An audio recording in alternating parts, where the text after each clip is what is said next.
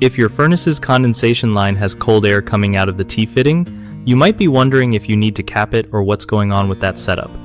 So, the way the condensation line works is pretty important for keeping your furnace running smoothly and avoiding water problems. In New Jersey, they require a trap on the line no matter if the coil is before or after the blower. If the coil is on the negative side of the blower, meaning it sucks air through the T-fitting, you definitely need a cap or a trap there. Otherwise, air will get sucked in and stop the water from draining properly.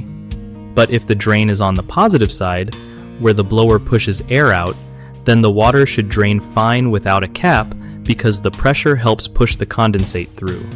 A common tip is to keep your air conditioner condensate drain separate from your furnace drain to avoid any cross-contamination or drainage issues. Make sure any pipes going into the drain are sloped correctly so water flows downhill without pooling inside. Also, check the trap regularly to make sure it's not clogged, since that can cause backups or leaks.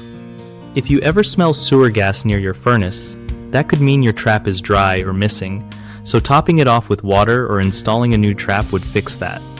Lastly, don't just guess on installations. Following your local codes and manufacturer instructions keeps everything safe and efficient. One of the biggest mistakes people make with furnace condensation lines is not installing a trap when they should, which leads to air sucking through the line and stopping proper drainage. Fix this by adding a trap on the negative side of the blower. Another common problem is combining the AC condensate drain with the furnace drain. This can cause backups or leaks, so keeping them separate is the way to go.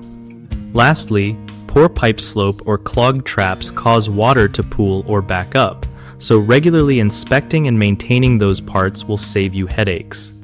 BigHomeProjects.com is super helpful for homeowners who want to find reliable local contractors without all the stress.